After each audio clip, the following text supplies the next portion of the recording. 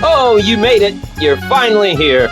Welcome to Half-Cocked Tales, a place where we have a great time celebrating science, the social contract, and just plain old congeniality. Dare I say, a place where we seek a path to peace, prosperity, and exploration among the stars. I'm your friend and host, Dan the Worshipping Dionysus Man, sipping on some science today with an elevating electric drink. With me today, bringing us the new shower product, shattering sales records across the world, Ron and the Professor. How are you gentlemen doing today? Excelente. Oh, doing just fine. Just fine. Glad to hear it. Because today, we got a really, really fun special episode today. Brought to you by Spacely Sprockets. When you need your galaxy in top gear, think Spacely Sprockets. We've got Parasitic Black Holes.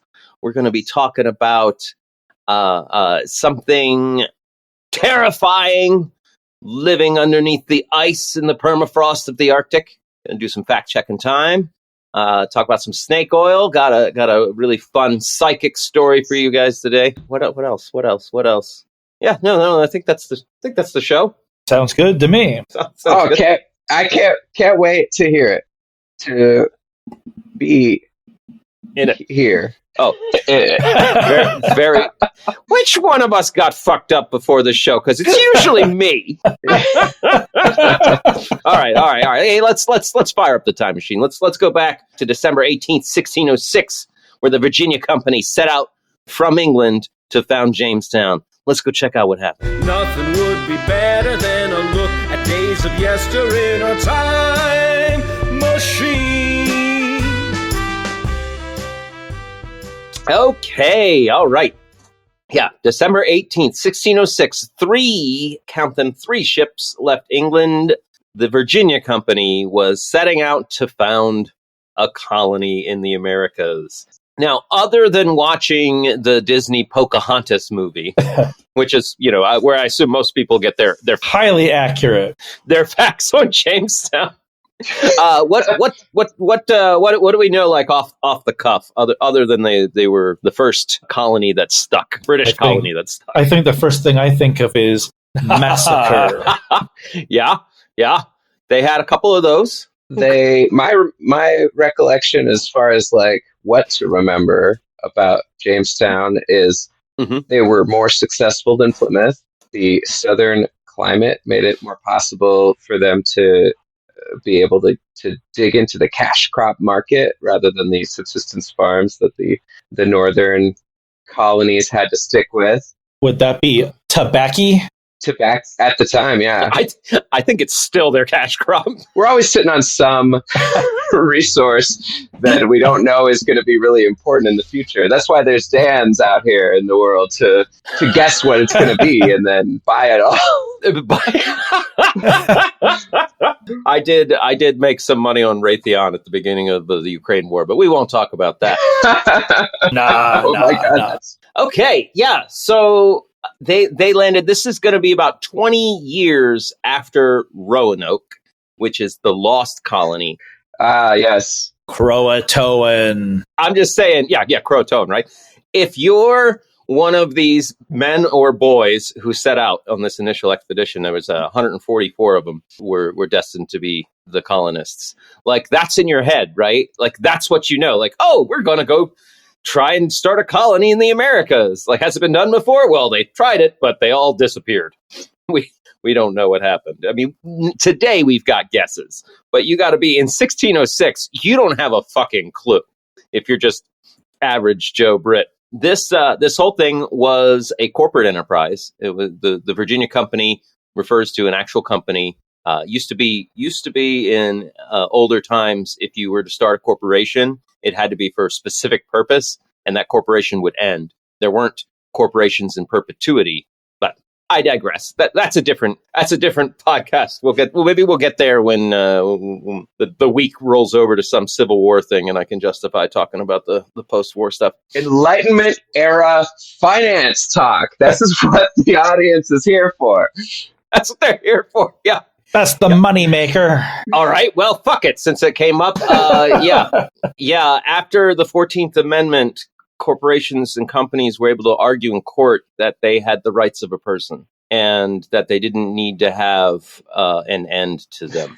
An immortal person. So, like if you're a railroad company in California, you couldn't be a railroad company in New York. You could have like an allied company, but it wasn't until after the Civil War that was like, nope, I can own stuff in every state. I, the corporation, can own stuff in every state instead of an actual individual person. It's all a ruse to keep Delaware relevant. They've been playing a long game for a while. They're very good at it. Anyway, back to the Virginia Company. Yeah, what were they? They were a big business, and so they're in England. They're selling shares to their company to anybody who can afford it. So if I'm a guy buying a share, I'm saying, oh wow, I think they're going to have a successful colony. They might even find gold. That was a big thing. They're gems, gold. Who knows? America, big question mark. What's over there? We don't know. And these guys want to go over and gather it all up, sell it, make a bunch of profit. All right, I'll buy a share of that. Don't have money? All right, well, maybe you want to join the company and be a colonist. If you go there and you work for the company for 7 years, they're going to give you a plot of your own land, which if you're a poor peasant in England, 1600s, your own land is huge. We're talking feudal system England. Owning land, life goal. Landowner, absolutely.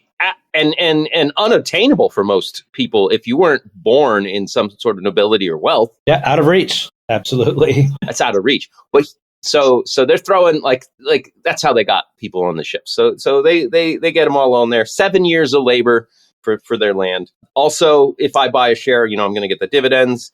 They go over, but sadly, they didn't have exactly a lot of talent for hunting and farming in those people that they got to sign up. So these 144 boys, they chose their location of where to set up Jamestown, not where's the good hunting, where's the good farming, or even where's the good water. It was where's the good place to build a fort to defend ourselves from enemies. Smart. I.e., those angry natives that will be very pissed because they seem to think it's their land. we got a charter from the King of fucking England, guys. Okay? The King. We already know we need to defend ourselves from them because we know we're going to go fuck them up. So, it kind of blows my mind that history is written down in this way that doesn't acknowledge where do we get the idea that we can just have this new land in the Americas? Nobody acknowledges, nobody says anything about this topic. I mean, we say it in passing, but in the history textbook, nobody ever says like where we wrote down that we can do this. Like, we can't do that. I mean, these people those people can't do it in England.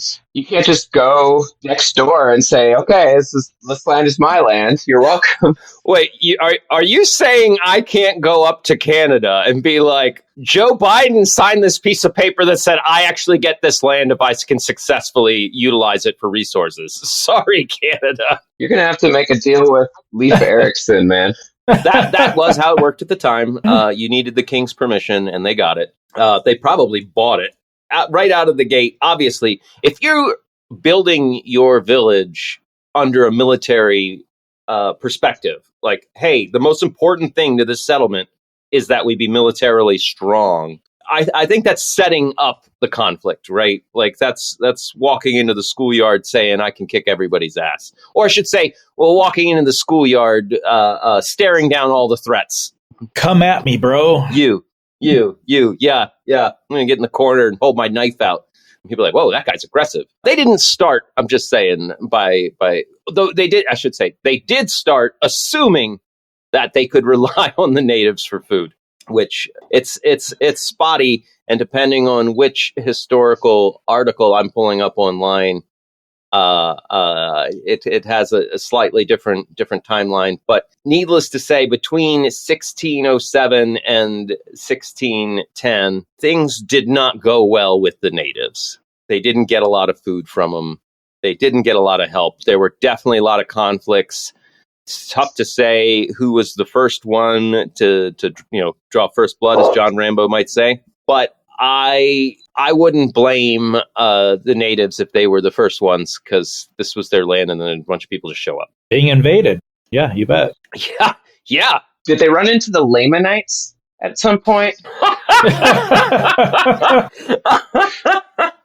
No, the Lamanites were destroyed, Alex. They ran into the Nephites. Come on now. Oh, okay. Gosh. Did they run? God damn it. These fucking Mormons. Oh, yeah. I had to go to upstate New York with my mother and go to their little fucking, this is where Joseph Smith dug up the golden scriptures that the Native Americans buried. And then the angels took them away to heaven, so we can't look at them and examine them for historical accuracy. Damn it. I hate when that happens. Anyway. And it happens every time. Every goddamn time. This shit kind of, some stuff that I completely learned that I did not know about it. A couple of bad leaders. They get good old John Smith in there from Pocahontas. He actually was the diplomat. He started the trading with the Powhatans, the natives in the area. Very, very famous story of, they're going to cut off his head, and the chief's daughter's like, Pocahontas is like, no, don't do it. Anyway, things are good with John Smith. Investments booming. It's in 1609 they get their second charter from the king, so the company can choose a governor and grow and have more of that native land. Over 600 colonists set sail between March 1608 and March 1609. Sadly, the deputy governor bound for the colony got shipwrecked on his way, didn't get there till 1610. When he shows up, all of a sudden there's nobody there. They called it the Great Starving Time. Only 61 people were left when that guy got there. After down from 500. Oh no! Yeah. It was not just the trade that they were relying on from the local Powhatans. They were also relying on periodic supply ships from England, weren't showing up. And what they didn't realize was their water source was only potable for about half the year, because it was brackish, where the fresh water meets the seawater. Oh. And half the year, the seawater's higher, and you can't drink the water anymore. That's a problem. Big fuck up. We have, our bodies can tell, why they must have just been like, no, God told you to drink this fucking water. Drink the water. They're like, it's salty. Drink it now. I can't drink it. It's salty. They couldn't boil the water? Yeah, I doubt they were distilling the water to get the brackish out. Also, and it could be fucking the old classic frog in the cool water, frog thrown in the hot water thing. Uh-huh. Like, it slowly gets brackish, so you're not noticing it because it's getting slightly saltier every day. And there are some real health risks involved in this too. Yeah, with the brackish water, even if it's just a little bit salty, that's going to increase blood pressure amongst the population. That's something that they're worried about right now in New Orleans with the low Mississippi River. The salt water is infiltrating the groundwater there. Really? Same thing. And they're talking about you're going to have kidney problems, all kinds of issues, in addition to high blood pressure, cardiovascular issues, all just from drinking the salty water. This episode brought to you by Nestle. Nestle. Nestle. That's I did not realize that's what was happening right now in New Orleans. Though I had heard that the water flow on the Mississippi was so low that the ocean was pushing up. Right, and it was basically contaminating their drinking water and making it more and more salty. And they were some communities were having to truck in bottled water. So again, Nestle. That's the business model you want, right? Where like, no matter who suffers, no matter who dies, we win. You got to set yourself up for a win-win. Our shareholders win. Oh yeah. The fact that and this happened fairly recently in California when they were having the droughts, and like Nestle and Pepsi, like they're still able to bottle their waters. at the aquifer sources, like, that's fucked up. Absolutely. Yeah, the Constitution said life, liberty, and in pursuit of happiness.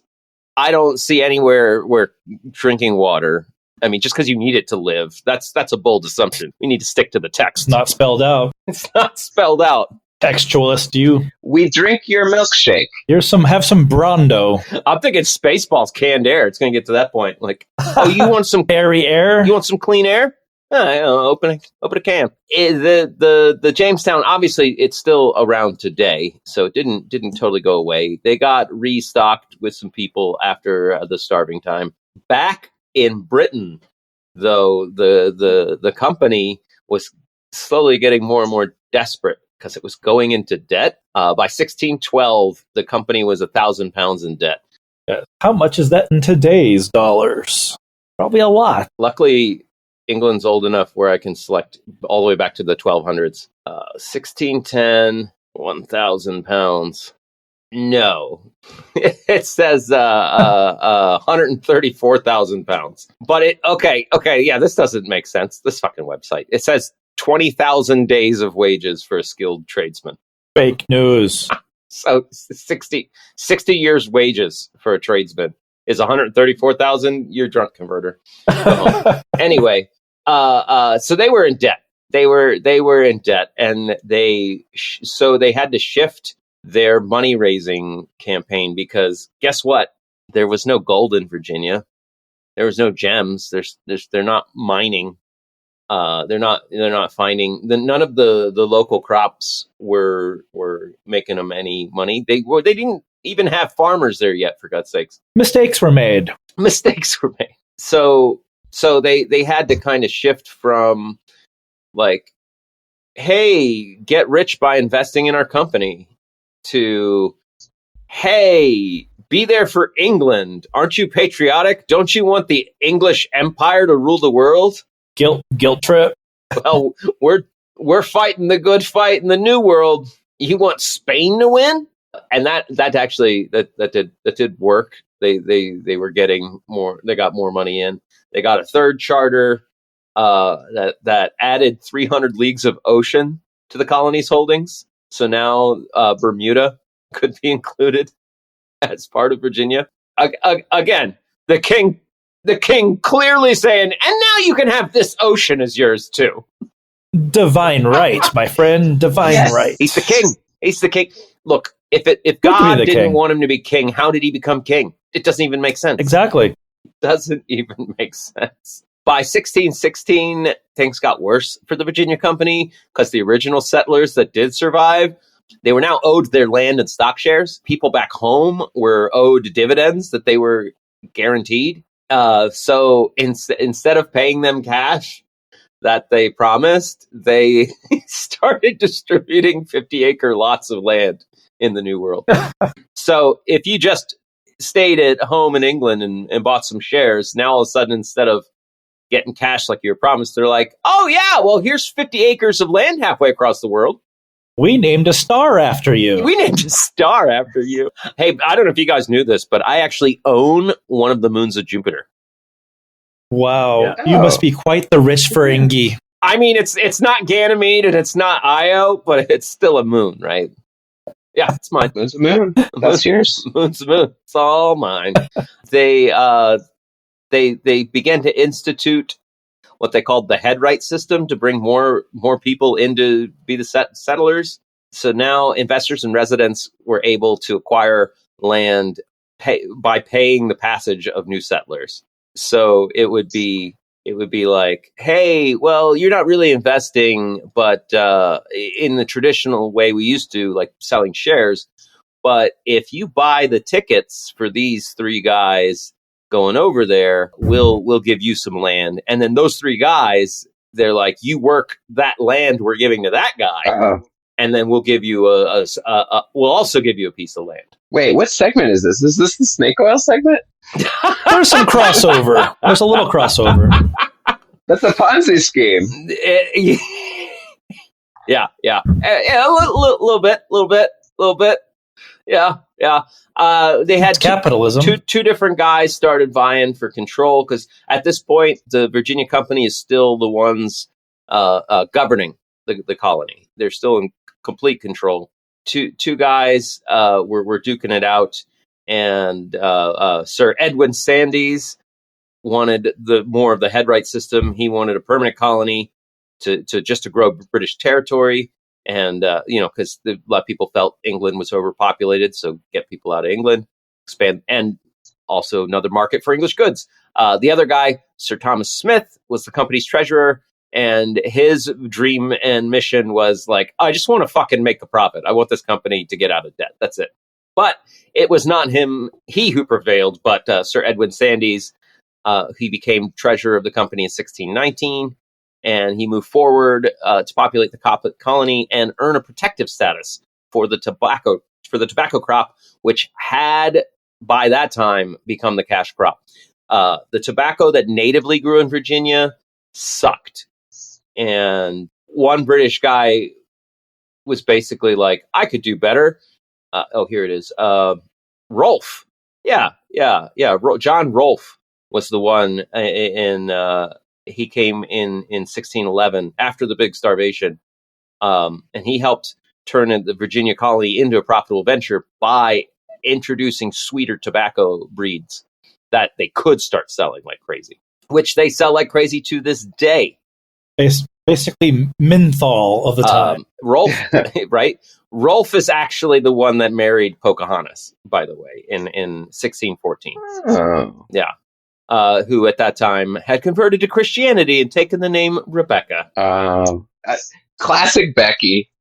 Yeah, because Becky definitely believed in Jesus, not that these new white settlers were taking everything over. This was not a pragmatic thing. She was a convert. Just like, yeah.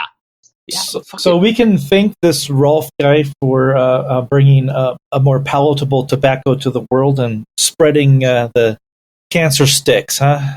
Yes. Make it more appealing to a mass audience. A classier, healthier tobacco. Thank you, John Ralph. Healthier tobacco. 8 out of 10 doctors recommend it. It's good for your asthma. Look, I have an advertisement I'm going to print out on a poster one day for asthma cigarettes. Relieve your asthma with these cigarettes. A thing. Yeah. Well, you know what? The fun thing about snake oil is it's always business related. Because you got to sell it, right? That's commerce. Anyway, where was I? Oh, yeah, I was all leading up to the last bit here was they had in 1622 the natives, they call it the Indian Massacre of 1622. The natives have finally had enough, and they when I say had enough, I mean much like Sitting Bull. Like they just kept getting pushed and pushed back until like fuck it, we're tired, we're just gonna fight. They did a little bit of sneakiness, supposedly what was written down afterwards by John Smith, who was not an eyewitness. They came unarmed into the village, in the houses, like, look, we got these food for you, like here, deer and turkey and fish and fruit, we'll trade. And everybody's like, oh, sweet, come on in. And they just dropped their food and grabbed whatever was lying around the village and just started bludgeoning and beating and massacring people. Oh, wow. So the bully had enough and fought back and maybe overreacted a little. Yeah, it happened. Yeah, 347 settlers died. And God, this is 400 years ago, and it's not a direct correlation, but we are seeing some visceral reactions today to some attacks. Just put it that way. You know, famously, so that was 1622. 347 people died. The English did not, in fact, run away. They just sent more. It just pissed them off. We got to the point where, when receiving a fourth charter for the colony, the company's ability to make decisions was severely reduced. And King James changed the status of Virginia in 1624 and made it officially a royal colony, which meant that the king is now in direct control, and he appoints a governor, and everything now has to go through the crown, and it remained that way until 1776. I don't know what happened to change it. Something big? I don't know. So Virginia Company of London, terrible failure in terms of financial gain. If you were one of the suckers who bought shares in the company, you didn't get anything for it. Maybe you got some land if you could make the voyage and survive it. But Britain got their first toehold in the New World, and then the rest is, as they say, history. Ah, that's good to know. All started because of 3 little ships leaving England in 1606. Time flies, man. It was like it was yesterday. Shakespeare was alive. Yeah, Shakespeare was alive, right? Crazy. Also, something I forgot to mention, they called it Virginia, not because the Queen's name was Virginia, it was Elizabeth, but she was the Virgin Queen. The Virgin Queen, yeah. So they called it Virginia. What? This is worshipping of virginity. Virgins are literally the worst at sex. The worst! I don't trust them. I mean, they at least have an entry-level job first. I've got some entry-level jobs I can think of. Mm-hmm. Bada bing. It's time for some news from our point of view. We'd even be glad if we could have a laugh or two. It's time for some news. All right. The headline from ScienceAlert.com is Parasite Black Holes could be eating away at stars from the inside. Black holes, sun. Oh, sorry. That's fucking funny, is because in this article, they actually just, for no reason, have the YouTube video for that. Black hole sun. just like, oh, yeah, hey, Soundgarden wrote a song about it. No, it's famously, Stephen Hawking did hypothesize in the 70s that tiny black holes could have formed in the first few seconds or so after the Big Bang. Okay, so the idea of tiny black holes is not new, but the idea that they're inside, like our sun right now, is new. Like several tiny black holes, they're not big enough to eat the whole star like they would, as they get larger and larger. The theory is a lot of stars collapse into black holes, but this new paper that came out from astrophysicist Earl Bellinger of the Max Planck Institute for Astrophysics and Yale University is definitely hypothesizing teeny tiny black holes that Hawking talked about still being around, but inside stars. And amazingly, this could all by itself take care of the problem of dark matter. Oh. And like we don't observe dark matter, but we know the mass is out there in the universe. It has to exist mathematically, but we can't observe it. Correct. And this guy's saying, like, if these teeny tiny black holes are inside of stars, that's where the mass is. Fascinating. So yeah, Hawking's itty bitty black holes that he talked about in the 70s could be here inside stars. They would have formed in those first few seconds of the Big Bang when the universe was still hot and densely packed enough, where they're saying the extra patches of density could have collapsed into these black holes, and we don't know where they went. But if they went inside stars, obviously they would be sitting inside them like a weird like parasite, or almost like the sun has a tapeworm. Yeah, that's really interesting. I like that as a dark matter solution because it just sort of accounts for, okay, well, the matter in there is hyperdense. It has neutron degeneracy pressure. And it's in what, every star, or just like the stars after K class, the biggest, the smallest, the biggest, right? They did not address that at all whatsoever in this news story. And obviously I didn't read the paper because I'm not an astrophysicist as much as I enjoy space and the stars. I don't enjoy college. Yeah, I know. Talked to a couple of guys with their graduate degrees. Yeah, take that. Hawking also did put forth the idea of a black hole being inside a star. But most people, most of the scientists that looked into it were like, yeah, and it would just eat the star. It would consume the core of like if it was our sun, it would consume it, and then it would kind of turn it into a with the fusion of the star itself wouldn't be powering it. Instead, it would be the accretion disk churning around the black hole. So all of the star's light would be ironically produced by the black hole. They call that a Hawking star.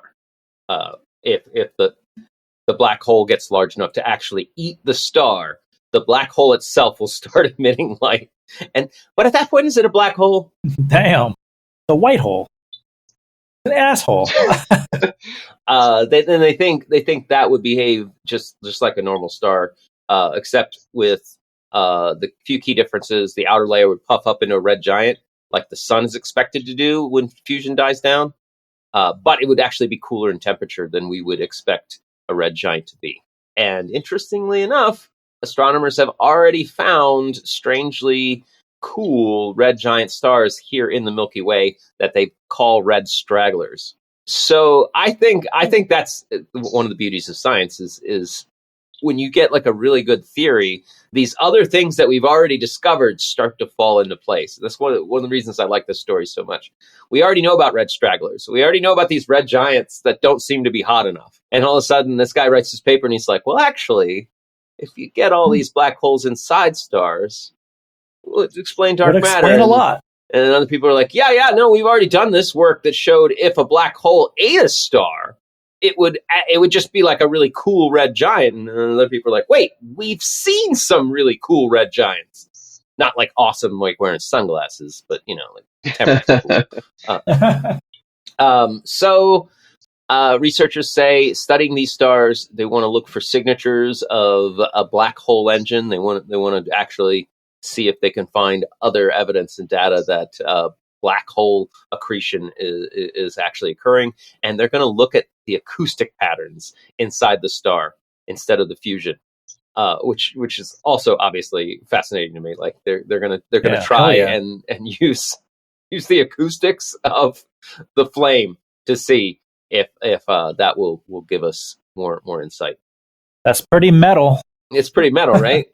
Could you imagine? I'm sure somebody out there has already done it. They're like, here's what a star sounds like, and here's what a star sounds like with distorted guitar. Yeah. All right. Also happening right now, sadly, some researchers up in between Norway and the North Pole have discovered, after analyzing 18 different hydrocarbon exploration wells, they've discovered half of them had struck accumulations of previously trapped methane gas. That doesn't sound good. Yeah. Oh, man. That was going to be my guess. I'm glad I didn't spoil it, though. Yeah.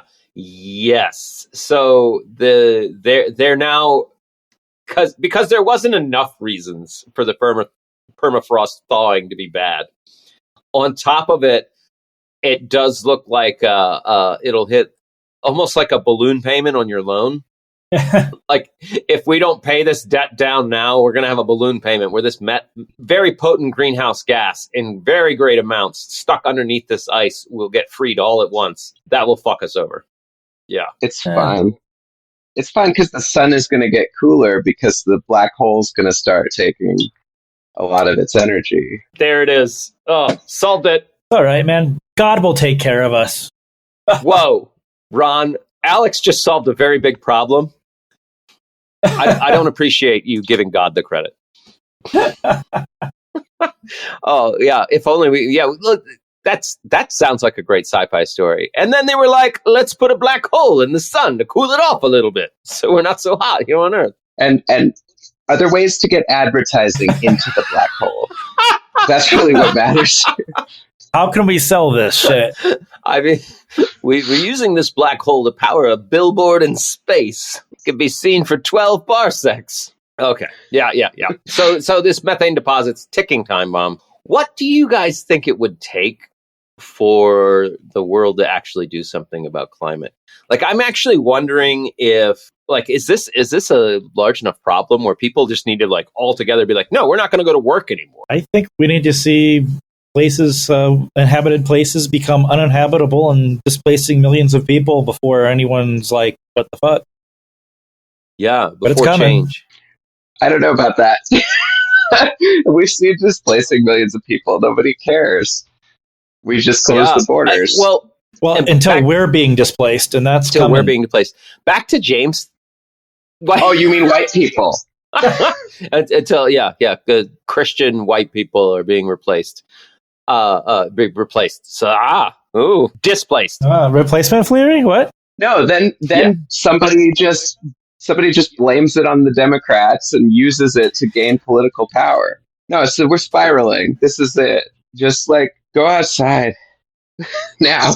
Well, you can. It's funny, and it kind of harkens back to Jamestown. One of the parts I didn't get to, but it's really, really relevant now, is after that one of those starvations, they all, like 40 or 50 of them, got in the ship and were like, fuck it, we're going home. And as they got out into the Chesapeake Bay, another ship heading with more colonists and supplies came in and were like, no, you're turning right back around. I don't care if there's no food or water. We're going back to that fort. We're making this shit work. I will turn this ship around if you don't quit your whining. Oh, it's so bizarre. I know it's hard to change myself personally. Back to tobacco in Jamestown. I was a heavy, heavy cigarette smoker for most of my adult life, and quitting that was a big deal, from what I understand. From what I understand about your own quitting? How did you? Yeah. From what I understand, it's a big deal. How did you quit? I actually read a book called "Quit Smoking the Easy Way" by Alan Carr, and it is a fun reprogramming of your subconscious mind. You don't even realize how much our culture psychologically teaches everybody that nicotine is impossible to quit. And much like the dog that's been chained to the peg his whole life, and you take the chain off and he still stays within that 15-meter radius, like nicotine itself actually isn't that addictive. What's addictive is the American psyche telling everybody that it's impossible to quit. In fact, just last week, I went to a gas station, and really big on the window, it said, Philip Morris has been ordered by the United States government to tell you that nicotine is an extremely addictive chemical. And I was like, well, you know what? This right here, this is the fucking propaganda that keeps people fucking addicted to nicotine. If you're out there with a vape pen or gums or a patch, let me tell you, the actual physical chemical dependency effects of nicotine are out of your system in days. Wow. Days. It's so much harder for me to quit sugar. God damn sugar. Oh, yeah. Sugar. Now that's a fucking addiction. Let me tell you that. Yeah, I mean, your body is literally turning it into energy. Powered by sugar, yeah. It's good. Yeah, it's brain fuel. Can't power. Yeah, you can't do anything without sugar. All right. I guess this last story I'll let fall by the wayside. Let's move on. And where are we at? We had snake. Yeah, let's talk about some snake oil. Oh, snake oil on sale for me. Nothing but snake oil, and it ain't free. All right. So, I mean, shares in the Virginia company. We already covered that one. In the shitter. I hate the fact that this was in my news feed. The headline is Psychic Medium Explains. I don't need to finish it. Right there, I already hate it. How we choose our lives before we are even born. I hate. This is a kick to me in the gut, because that's the bullshit the Mormon Church is selling. That's why they're so virulently anti-abortion, is they believe that if they believe that you're sitting around with God in heaven, like waiting, like, oh, can I be born? Can I be born? Oh. And that, like, through pure bureaucracy, if I'm assigned to this meat puppet in this lady's womb, and then she has an abortion, I gotta wait like 10 billion years to get into heaven. Poor baby. That's so long. It's so long. I mean, it's eternity, so it's meaningless. As I often like to point out back in the day, like, well, what's the big deal? It's eternity. After 10 billion years, you still got eternity left. Like, I don't see the problem here. So this lady's out on TikTok, and the whole news article is just barreling through her woo-woo psychic bullshit about souls and reincarnation. And wouldn't you know it, that her mother was reincarnated as her daughter. Wow. How did that happen? Yeah, it's amazing, you know. Don't you know? It's amazing. She says it's because she was her mom's full-time caretaker, and now her mother reincarnated as her daughter so she can come back and be her caretaker one day. Wow. Well, isn't that nice for her if her daughter believes it? It's all a big cycle. But now I don't know if this lady is selling private readings or not, because that's really where the snake oil of the psychic stuff comes in. Or is she just conning her daughter into becoming her caregiver? Yeah, right. That's the long game. The prestige. She's certainly getting TikTok views, and we know that any influencer worth their salt can turn the clicks and views into something to make some scratch. But nothing that she said in here I would qualify as like harmful, like Christian Science. Like, you can't go to a doctor. That's fucking harmful belief. Yes. Right. Like there's definitely that woo-woo psychic snake oil bullshit that I just can't get behind. But I do want to posit the question of, let's say this lady does do, I can pay her $100 for a reading. And if I'm a depressed person and I'm depressed because I've lost my wife, and I go to this psychic and she's telling me all these reassuring things about my dead wife. She still loves me. She says it's okay. She says it's okay to move on. She wants you to be happy.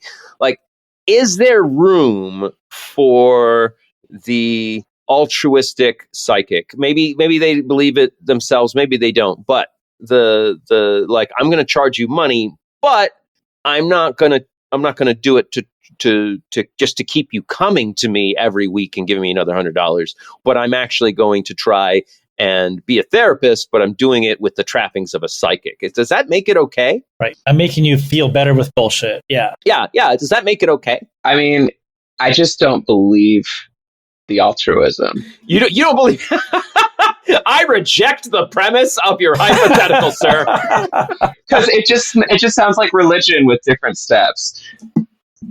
Yeah. Oh no, it certainly is. It certainly is. This is only possible because of the space religion inhabits, right? This is no different. You don't get into religion to not make money. or get laid. I was going to say, it could be sex. Could be sex. Fair. Wait, money can be exchanged for sex. They do see sex as just currency. These cult leaders and pastors. That's probably why sex work is still illegal, because if sex was treated as the currency it actually is, a lot of poor people would have greater purchasing power.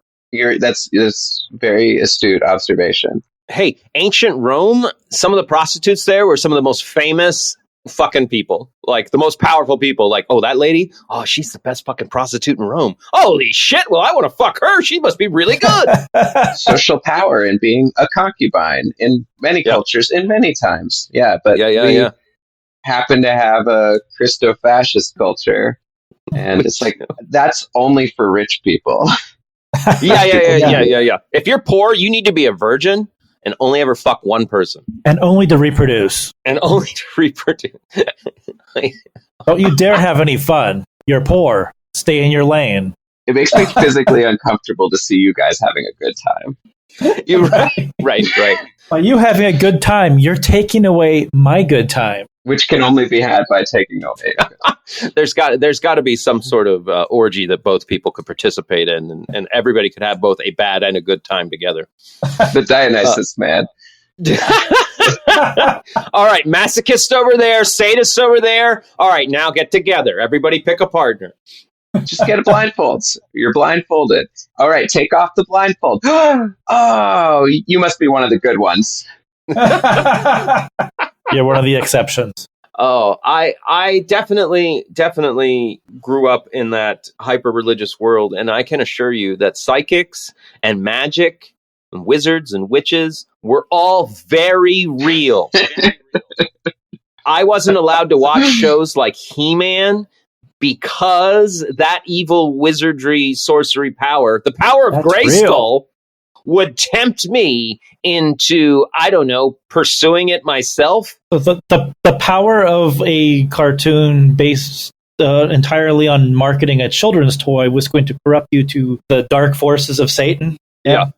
Well, funny enough, as an adult looking at He-Man, I'm like, that's one homoerotic fucking marketing campaign. Oh yes, right. Like looking back, I was like, maybe my mom was also like, oh, what if I show him what if he's too exposed? I don't want my boys being exposed to homoeroticism. His muscles are glistening with. They might awaken something in them. Yeah, because they also believed it was a fucking choice. God damn it. That's funny. I think the Mormons' vision of masculinity, with the like two little blonde Stustathil officers knocking on your door with short sleeved shirts. Those dudes are badass. It's so funny because it kind of is just like this ripple in history of Joseph Smith's little emasculated self. And honestly, added to by each successive church leader, right? Or leader as that program was sculpted, right? Like they just keep projecting more and more of it. I honestly don't know what the fuck they were wearing, but he definitely did institute the missionary program.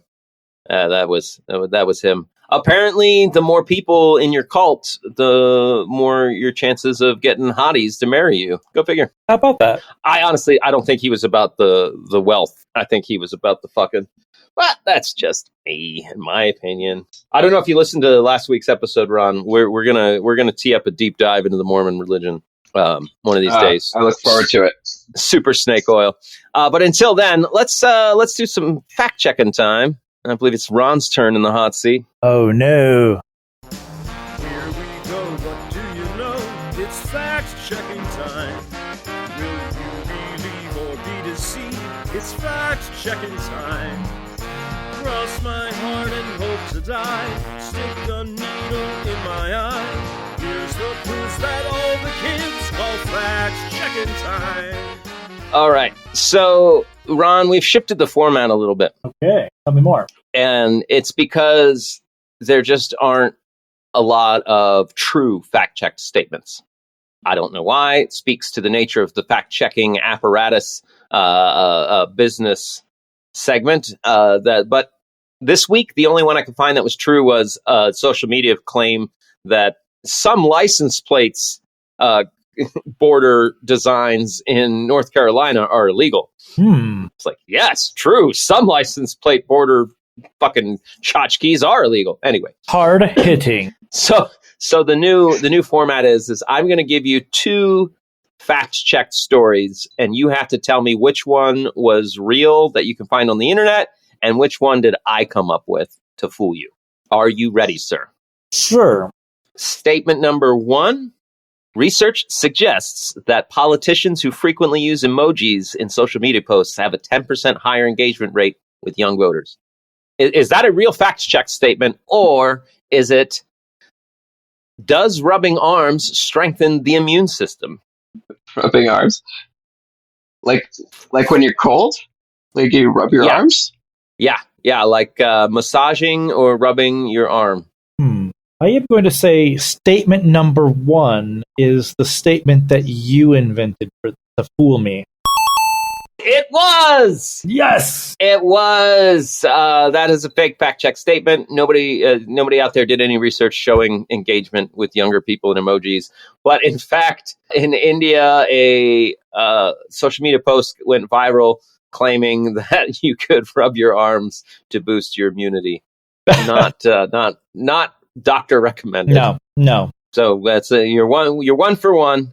Woohoo! The first one we're gonna say there's a post going around saying New York's Coney Island is closing for good at the end of the year.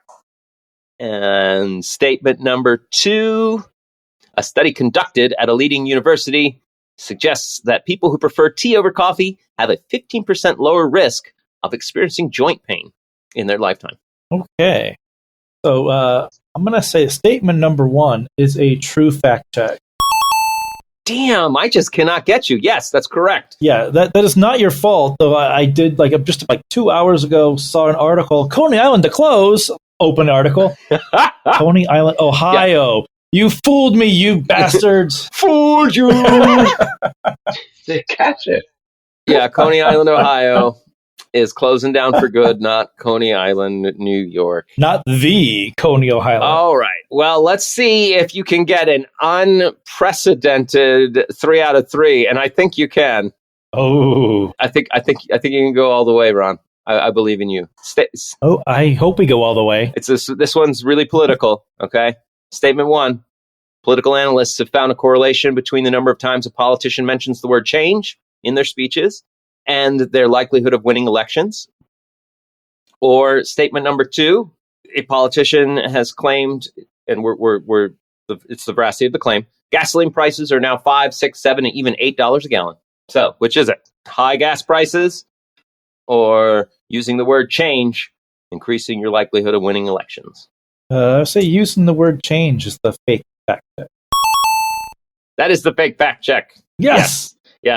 At a recent rally in December 13th, candidate, former President Donald Trump stated gasoline prices are now $5, $6, $7, and even $8 a gallon. Lies. They are not. They are, in fact, and he did this 4 days ago, and they're down from their highs. The highest they got was in New York during Biden's presidency. $6.57 a gallon was the highest it got, and it is currently the average for his whole term is $3.50. I think it's currently right around there. It's just a ridiculous claim, easily verified as false by just going out at the pump. I don't understand how many lies does it take to get to the center of a Tootsie Pop bar? All of them. All right. Well done, Ron. 3 out of 3. 3 out of 3. Unprecedented. I'm gonna send cat pics to you. Yeah. Oh, there you go. Lovely. I was gonna say pussy pics, but then I thought, it's probably not exactly what I'm gonna be sending. Someone might take that the wrong way. Take it the wrong way. Everybody loves cat pics, right? Okay. All right. Let's wrap up with some feel good news, huh? Let's. A gulp or a sip, maybe even a hit, and join us for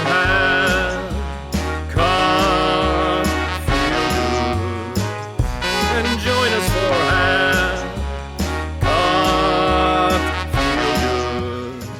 All right.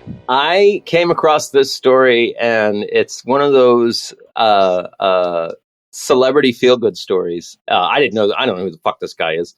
Country music star Luke Combs found out that his management team was suing a woman, Florida resident Nicole Harness. She was selling drink tumblers and T-shirts with his picture on them. She was selling them on Amazon. She says she sold 18 of them. She earned $360. Big money. His lawyers took her to court and won $250,000 in damages. Wow. Oof. Yeah. He found out about it, not through his management team, but through social media. And he not only was like, no. You do not owe me $250,000. But he's turned around and he's now paying her medical bills, the thing she was trying to raise money for. Good. Wow. I assume he has maybe a new management team as well? I would hope so. Yeah. She had, Amazon locked her account. So even the stuff that wasn't related to him that she was making money for, she couldn't get that money. Out. And the judge said, nope, all of that's got to go to Luke Combs. So like right away he was like, no. I'm going to send her $11,000 right now. Just I'll double that and just send it to her. I'm going to take care of this lady. And, Nice. And that's the kind of shit you want to see. To me, that's like the Dolly Parton kind of celebrity. Like, be the bigger person. Fucking hell. Outstanding, Luke Combs. Outstanding. Right? I never want to be so big that my team is suing people because they thought that was the right thing to do. If somebody's going to sell a tumbler and a T-shirt with my face on it, God bless you. Go. Make your money. If people are buying it, I'm doing something right. I don't need that $360. Come on. Yeah. I mean, if you want to really, though, get in on a lawsuit, you should sue everyone selling the dude paraphernalia. Oh, claiming it's my likeness? And say it's you. It's my trademark, man. You were around before the 90s, whenever that came out, 25 years ago. I was old enough to rent that DVD when it hit the rentals. Yeah, that's right. There used to be brick and mortar stores full of DVDs where you didn't buy them. You just paid them a little bit of money to take it for a little bit. I can almost remember that time. But when you saw Big Lebowski for the first time, did you say, "Bitch stole my look"? No, you're gonna put me on spot. When I saw the Big Lebowski, one, I couldn't grow a beard. I wanted a beard. Just my body was like, nope. You get a little bit of fuzz. And two, I didn't even own a bathrobe when I saw that movie. Oh, okay. Yeah. All right. Yeah. I don't think I modeled this look after the dude. This look is modeled after me just wanting to be comfortable. And already all of my neighbors have made a joke when I talk to them about how I go and will do my front yard work in a bathrobe. We'll check the mail in the bathrobe. I think it's fabulous. My goal is to get famous enough in a bathrobe that people will be upset if I'm not wearing it when I go places. Where's the robe? Yeah. Where's the robe, Dan? I'm like, yeah, see? Yeah. I have to wear the robe to the convenience store. To court. Of course I have to wear the robe to court. All right. Sadly, we got all good things got to come to an end. Oh, man. I want to thank you guys for coming by the lounge today. I want to thank you folks for listening in. This has been a great episode. Lots of fun stuff. Really, really big thank you to Spacely Sprockets. I can 100% say that when I need a sprocket, I only think Spacely Sprockets. Only. Gotta give a shout out to Science, Congeniality, and the Social Contract, making society better than anarchy for many of the last thousands of years. And on top of that, any parting words, Ron? Be well and make sure you drink heavily. Yeah, I stand behind that message. And Professor, other than drink responsibly as well as heavily, you got any parting wisdom? Live for a long time and prosper. Oh, and prosper. Yeah. None of that Terry Schiavo living for a long time stuff. Ooh, too soon. Okay. Shit. Yeah. Sorry to step on your feel goods. Oh, change that in post. Have a wonderful day, folks. If you had a good time with us, you know what to do. Tell somebody that needs us. You can find us over on Discord. You can find us on our website, hypecocktails.com. Wherever podcasts are listened to, we're probably there. We'll be back at you soon. But until then, we got to go. So be well. Bye. Toodles. Now things are ending. It's time to go.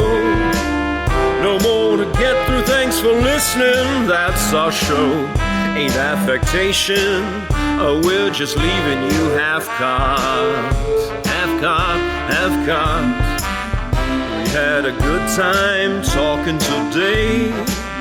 But even best times, eventually they fade away. Ain't adjuration, we're just leaving half-cocked.